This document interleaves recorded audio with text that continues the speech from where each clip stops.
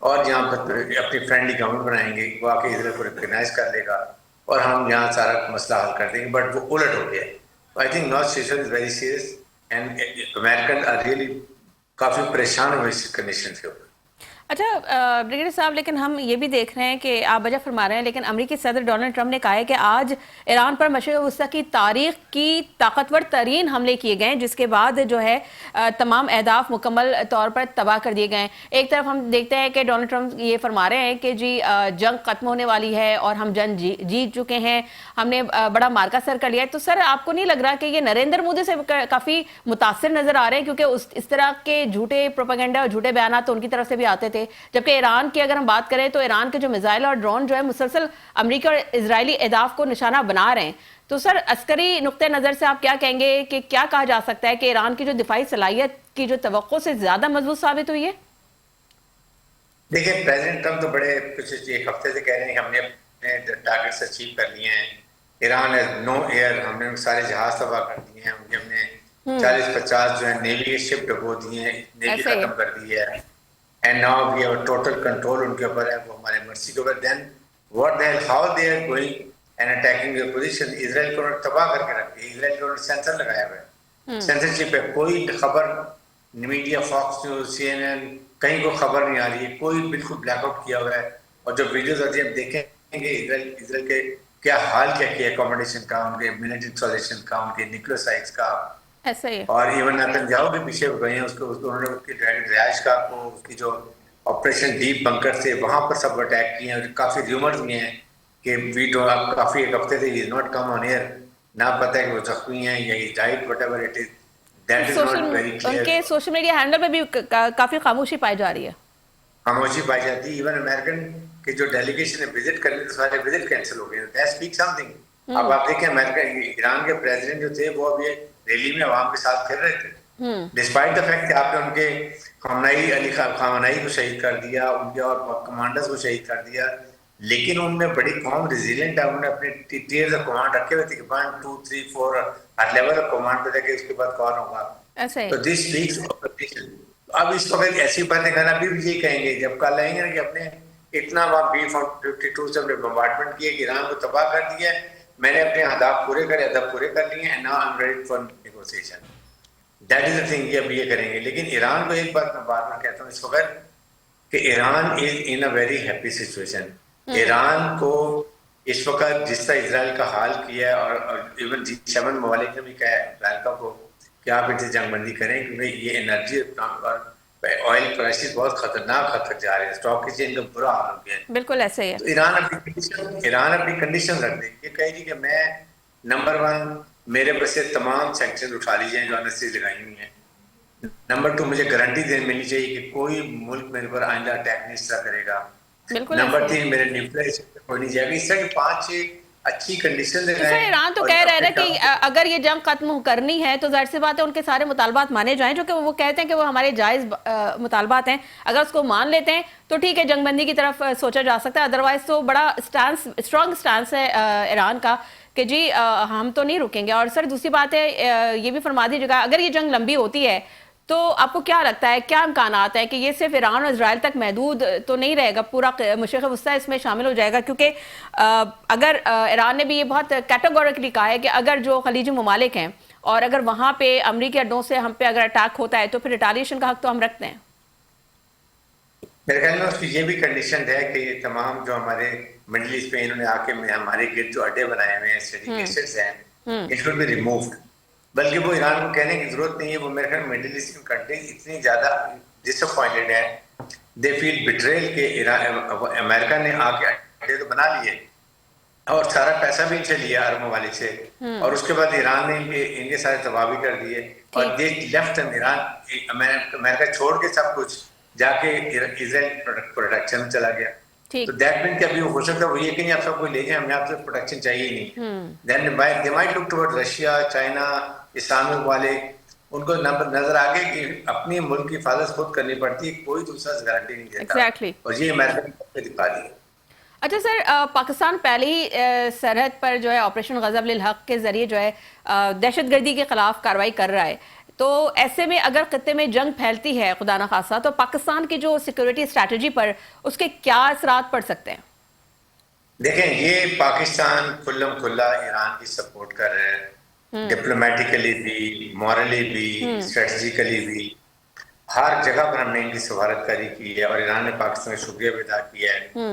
Even Pakistan نے ایران کو یہ بھی کہا کہ سعودی عرب کی طرف جو وپار کو جائے تھے وہ بھی ان کو سمجھایا تھا، پھر انہوں نے امریکن فارن منسٹر یہ ایرانی فارن منسٹر نے کافی معذرت بھی کر لی۔ کافی حد تک پاکستان نے اپنا رول پلے کیا ہے، بالکل، اور یہ مڈل ایسٹ کنٹریز بھی ابھی یہ بھی مانتے ہیں پاکستان کے لیے بہت ضروری ہے کہ ایران شوڈ ریمین انٹیکٹ اور یہ رجیم کی رہنی چاہیے، because it acts as a buffer between Israel and اس کے بعد پاکستان، کیونکہ اگر ایران مضبوط ہے تو پاکستان مضبوط ہے، اگر خدا نہ خاصے یہاں پر فرینڈلی بن جاتی ہے۔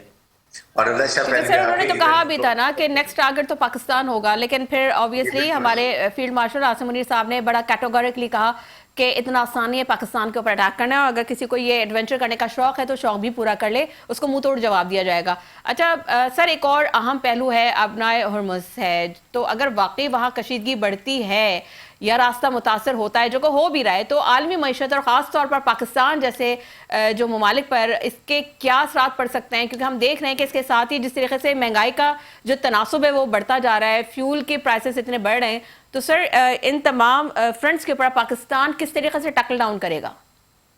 دیکھیں پاکستان کے لیے بہت، یہ بلکہ تمام خطے کے ممالک کے لیے پرابلم ہوگی، کیونکہ جو ہے سعودی عرب کا آئل بھی یہاں سے سارا نکل رہا ہے، خاص طور پہ ہمارے جو قطر سے نیچرل گیس آتی ہے، ٹھیک، وہ LNG وہ ساری کی ساری یہاں سے آتی ہے، وہ ساری روکی اور انہوں نے پلانٹ بند کیا ہوا ہے۔ نہ پاکستان کے پاس 30 days کے ہوتے ہیں ریزرو آئل کے اور گیس کے، وہ بڑی حالات خطرناک ہے۔ ایسے ہی ہے، اور پھر اس کے ساتھ ظاہر ہے کہ پوری دنیا کی وہاں پر دیکھیں شپس کی لائن لگی ہوئی ہے، اور اس میں یورپین یونین بھی ہے، انگلینڈ بھی ہے، اس کے بعد عرب ممالک کے اپنے ان کی اکانومی کو بڑا سخت افیکٹ ہو رہا ہے، اس سے فرق پڑ رہا ہے، وہ بھی آپ دیکھ لیں، وہ بڑا فرق پڑ رہا ہے۔ اور یہاں تک کہا جا رہا ہے، ایکسپرٹ کہہ رہے ہیں کہ $200 تک جا سکتا ہے اگر یہ اسٹریٹ آف ہارمز کا مسئلہ حل نہ ہوا۔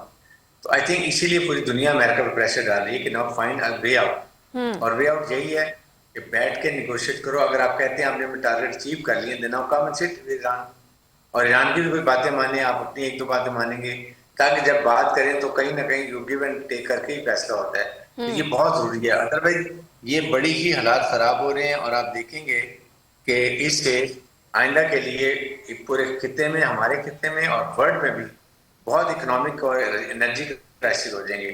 اس کے لیے میرا خیال ہے کہ کافی زیادہ پریشر ہے امریکہ کے اوپر۔ اچھا، ایک آخری سوال جاننا چاہوں گی سر، بتا دیجیے گا کہ سر امریکہ نے ایرانی سپریم لیڈر مجتبیٰ خامنہئی سمیت 10 اہم رہنماؤں کی معلومات دینے والے کے لیے، ان کی معلومات فراہم کرنے والے پہ $10 ملین انعام کا اعلان کر دیا ہے۔ سر کس قسم کی بے وقوفانہ اسٹریٹجیز اپنا رہے ہیں، کس قسم کے ہتھ کنڈوں پہ آ گیا امریکہ؟ سب سے میجر جو انہوں نے بلنڈر کیا نا، وہ ہے بلنڈر، وہ یہ ہے کہ انہوں نے یہ جو علی خامنہئی صاحب کو، جو ایک بہت ہی معتبر اور عالم اسلام کے لیڈر تھے، ان کو شہید کیا ہے، جس سے پوری دنیا میں سارے مسلمان اکٹھے ہو گئے ہیں، ان کے دل رنجیدہ ہیں۔ ایران میں، پورے ایران میں اپوزیشن سب مل کے اکٹھے ہو گئے ہیں، اور یہ بجائے اس کے کہ یہ آپ چاہتے تھے کہ انتشار پھیلائیں، رجیم چینج کریں، یہ انہوں نے اپنے پاؤں خود پہ کلہاڑا مار لیا ہے۔ اس لیے اگر یہ ایک اور غلطی کرنا چاہتے ہیں تو کر کے دیکھ لیں، پھر ان کا کیا حال ہوگا۔ آئی ایم شیور کہ اب ایران کو بھی سمجھ آ گئی ہے، انہوں نے بہت سیکورٹی میجرز ان کے لیے کر لیے ہوں گے اور کرنے بھی چاہیے۔ اور ساتھ ہی ساتھ ایون اب پہلے اپنے اسرائیل کے پرائم منسٹر کو ڈھونڈنے کو کہاں غائب ہوا ہے، ورنہ ایک 10 ہفتے 10 دن سے اس کی کوئی خبر نہیں ہے، اور ایک آرٹیفیشل انٹیلیجنس جنریٹڈ پہ ایک تقریر چلا دی ہے، اس میں بھی لوگوں سے بہت سوال کیے ہیں کہ یہ آرٹیفیشل ہے، it is not is original video. تو اب لیٹس سی واٹ ہیپنس۔ ٹھیک ہے، thank you so very much sir, it was always a pleasure to have you in my program, thank you for your time. ناظرین یہاں لیں گے ایک break سے واپس آئیں گے تو پھر آپ کو بتائیں گے کہ پاکستان کی سیاست میں کیا کچھ ہو رہا ہے۔ So let's take a short break.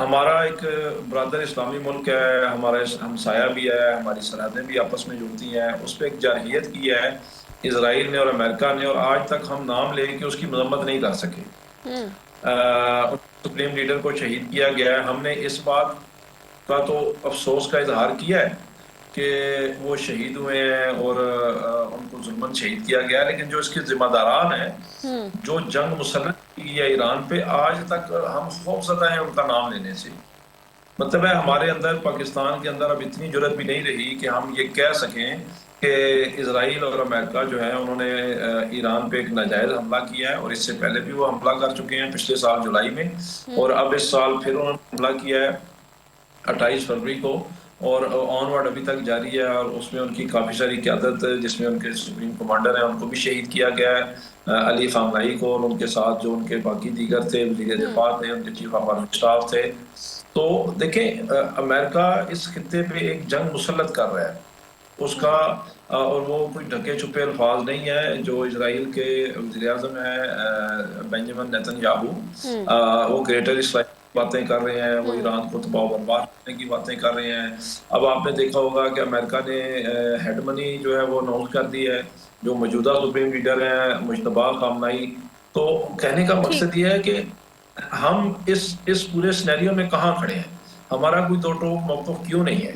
تو ہمیں دو ٹوک موقف رکھنا چاہیے۔ باقی جہاں تک آپ نے بات کی سعودی عرب کی یا دیگر جو خلیج کے جتنے ممالک ہیں، ہمارے عرب ممالک، ہم بالکل تحریک انصاف کا یہ موقف ہے کہ ہمیں اس میں یہ کوشش کرنی چاہیے کہ ان کی آپس میں جنگ شروع نہ ہو، کوئی ایسا واقعہ، کوئی ایسا قدم نہ اٹھے کہ مسلمان ممالک آپس میں لڑنا شروع کر دیں۔ یہ بالکل تحریک انصاف کا بھی یہی موقف ہے اور پاکستان کا بھی یہی موقف ہونا چاہیے۔ لیکن جو ایران کے ساتھ ظلم و ستم ہو رہا ہے، ہم نے کہاں دو ٹوک آج تک مذمت کیا، وہ مجھے دکھا دیں ذرا۔ ٹھیک ہے عامر صاحب، پوائنٹ ٹیکن، ہمیں جوائن کر لیا ہے تیمور تالپور صاحب جو کہ سینئر رہنما ہے پاکستان پیپلز پارٹی کے۔ سر بے حد شکریہ آپ کا، آپ کے قیمتی وقت کا۔ تیمور صاحب کہیے گا کہ آپ کیا سمجھتے ہیں کہ پاکستان کو اس معاملے میں زیادہ مضبوط اور دو ٹوک سفارتی موقف اختیار کرنا چاہیے، یا موجودہ جو محتاط حکمت عملی ہے وہ درست ہے؟ کیونکہ یہ جو پی ٹی آئی کے ہمارے ساتھی بیٹھے ہوئے ہمارے ساتھ، عامر مغل صاحب، وہ یہ کہہ رہے ہیں کہ پاکستان کو جتنا اسٹرانگلی جو ہے ریاکشن دینا چاہیے تھا وہ اتنا دے نہیں رہا ہے، تو کیا کہیں گے سر آپ؟ بسم اللہ الرحمن الرحیم، بہت بہت شکریہ ثنا صاحبہ۔ میں سمجھتا ہوں کہ اس وقت اس میں نہیں بلکہ پوری دنیا میں 3 ہی ممالک ہیں جنہوں نے باقاعدگی سے ہر فورم پہ، یونائٹڈ نیشن سے لے کے اور اپنی ایوانوں تک آواز اٹھائی ہے۔ ان میں ایک پاکستان ہے، ایک چین ہے اور تیسرا روس ہے، اور یہ 3 ہی ممالک ہیں جس کی باقاعدگی سے ایران نے شکریہ ادا کیا ہے مانے ہیں ان 3 ممالک میں۔ تو میرے خیال سے ہم اس وقت کسی کے ساتھ ڈائریکٹ کانفلکٹ میں جنگ کا حصہ تو بن نہیں سکتے ہیں۔ جنگ کا حصہ بننے کے بغیر اگر کوئی سٹینڈ پاکستان کی حکومت، افواج پاکستان لے سکتی ہے تو میرے خیال سے وہ ہر ڈپلومیٹک میجر ہم نے لیا ہے۔ اب چاہے ہمارے دوست پاکستان کی مختلف جماعتوں سے، یا خصوصاً شاید پی ٹی آئی کی ہی بات ہو رہی ہے کیونکہ ہمارے بھائی پی ٹی آئی والے کسی کے ساتھ بھی کبھی کسی بات پہ خوش نہیں ہوتے ہیں، تو میں سمجھتا ہوں ان کو یہ چیز ابھی سمجھ لینی چاہیے کہ جب ایران نے مان لیا کہ پاکستان کا جو سٹینڈ ہے وہ واضح ہے، دبنگ سٹینڈ ہے، تو پھر ہمیں اور کسی کے سامنے کچھ پروف کرنے کی ضرورت نہیں باقی رہتی ہے۔ اور اس کے ساتھ ساتھ یہ بھی چیز ہمیں ذہن میں رکھنی چاہیے کہ ہم اپنے جو سفارتی تعلقات ہیں الگ ممالک کے ساتھ، ان کو بلا وجہ خراب بھی کرنے میں ہمارا کوئی فائدہ نہیں ہے۔ اللہ نہ کرے کبھی ایسی ضرورت پڑے کوئی ایسا سٹینڈ لینے کی تو پاکستان وہ بھی ضرور لے گا، پر ایٹ دا مومنٹ ہر کوئی ہماری امپورٹنس کو ابھی محسوس کر رہا ہے، اور ہماری جو دفاعی معاہدے ہوئے ہیں سعودی عربیہ کے ساتھ، دوسرے ممالک کے ساتھ، ان سب کو نظر ثانی میں رکھتے میرے خیال سے اس سے بہتر سٹینڈ پاکستان نہیں لے سکتا۔ بالکل ایسا ہے۔ اچھا صوبے صاحبہ، امریکہ یہ پوچھ لیں کہ ایران نے کہاں پہ پاکستان کے زبردست اور عظیم الشان سٹینڈ لینے کا شکریہ ادا کیا. وہ کوئی میری نظر سے نہیں گزرا, اگر آپ کی نظر سے گزرا ہے, ان کی نظر سے, تو ذرا بتا تو دیں کب ایران نے شکریہ ادا کیا ہے. سر بالکل میرے خیال سے اگر میرا بھائی جو ہے, جواب دے دیں جی, اگر میرا بھائی تھوڑا بہت نیوز چینلز کی خبریں سننا شروع کر دے اور ذرا سی نظر ثانی کرے یونائٹڈ نیشنز کے اجلاس پر, اور جو الفاظ صدر ایران نے استعمال کیے, 3 ممالک کا نام لیا جو میں نے آپ کو واضح کر کے بتایا, ایک ایران نے شکریہ ادا کیا روس کا, ایک پاکستان کا, اور ایک چین کا, کسی چوتھے ملک کا نام نہیں اٹھایا. تو میرے بھائی کو ایڈوائز کروں گا ذرا تھوڑا بہت نالج اپنا بڑھانا شروع کریں, تھوڑا یو این کے اس کو بھی دیکھنا شروع کریں, اور جو بیانات آتے ہیں آفیشیل, وہ نہیں جو یہاں سے ڈسٹارٹ ہو کے کوئی پارٹیاں جو بناتی ہیں اپنے سوشل میڈیا چینلز پر, لیکن پر جو آفیشیل جن ممالک کی اسٹیٹمنٹ آتی ہے, مہربانی کر کے اوپر لیا کریں اور سن لیا کریں. ٹھیک ٹھیک. مجھے صوبے صاحب سے ذرا سوال کرنے دیں. عامر صاحب پھر میں آپ کی طرف آتی ہوں.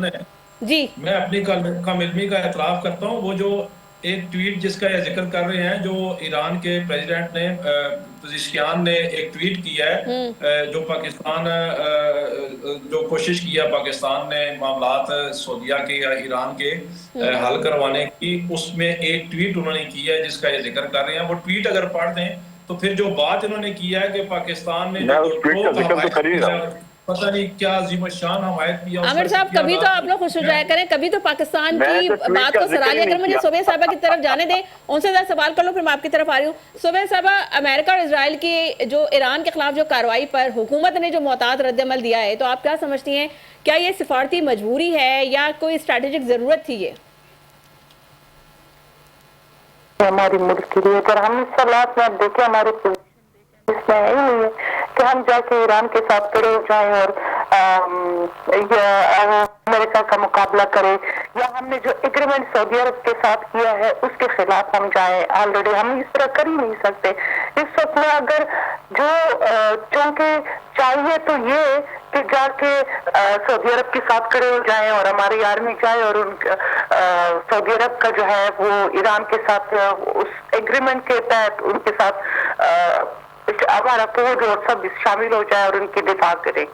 لیکن اس کے باوجود کیونکہ یہ امریکہ کا, اسرائیل کا اور اس کا مسئلہ ہے, وہ جس طریقے سے محتاط چل رہا ہے, اس کو ہماری ساری عوام کو پاکستانی ہو کے سوچنا چاہیے. اس میں پارٹی بیس پہ یا اس میں کوئی بھی وہ بات نہیں ہے. اس وقت ہم سب پاکستانی ہیں اور ہم نے پاکستان کے لیے سوچنا ہے, اور پاکستان کو اگر سلامتی کے لیے ہم نے سوچنا ہے, اور پاکستان کے ہمارا ملک سلامت رہے. ہماری عوام آلریڈی بہت زیادہ کرائسس میں ہر وقت رہتے ہیں, کوئی بھی اس طرح نہیں ہوتی. اب عالمی طور پہ بھی اگر ہمارے اوپر جتنے بھی پیٹرول کی مہنگائی آئی ہے اس جنگ کی وجہ سے, یا کوئی اور بھی اس طرح ہے, تو ہم یہ پود نہیں کر سکتے. ہاں, اور وہ میرے خیال سے شہباز شریف, جس طرح ترک کا جو وزیر اعظم ہے اردوغان, وہ بھی ابھی دیکھیں کتنی سائڈ پہ ہے, ورنہ وہ تو ہر چیز میں آگے آگے ہونا چاہیے. اس کو چاہیے کہ وہ بھی آگے آ جائے. اور میرے خیال سے ہمارا وزیر اعظم صاحب آلریڈی اس میں سعودی عرب بھی گئے ہیں, ایران کے ساتھ بھی ان کی مطلب وہ باتیں اور وہ ہو رہی ہیں کہ اس کسی طریقے سے یہ سب اس اچھا سوری صاحبہ, ایک بات پوچھنا چاہ رہی تھی آپ سے کہ یہ جو آپ کی جانب سے یہ بات کی گئی, اور حکومتی کچھ وزراء ہیں جنہوں نے پریس کانفرنس کی, اس میں انہوں نے کہا کہ جی خارجہ پالیسی کے حوالے سے کسی کو کوئی بات کرنے کی اجازت نہیں ہے, اور اگر کسی نے بات کی تو ان کے خلاف جو ہے وہ قانونی کارروائی کی جائے گی. تو اس کو تھوڑا سا کلیئر کریں گی کہ اس کی ایسی کیا ضرورت پیش آ گئی تھی کہ آپ کے وزراء نے یہ پریس کانفرنس کی؟